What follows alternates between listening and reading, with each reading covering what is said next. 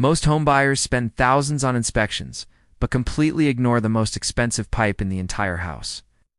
A standard home inspection only tests the plumbing inside the walls and never looks at the main line under your yard.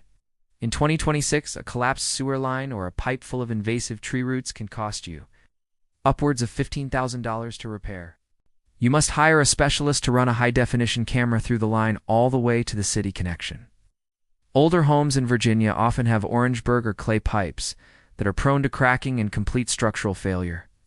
Even newer homes in Florida can have issues if the ground has shifted or if construction debris was flushed down the drains.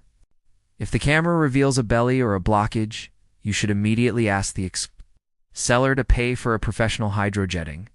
For more serious damage like a break or a collapse, you have the right to demand a full replacement before you sign. The $200 you spend on a sewer scope today is the best insurance policy you will ever buy for your wallet. Don't let a perfect house turn into a literal disaster the first time you try to use your new bathroom.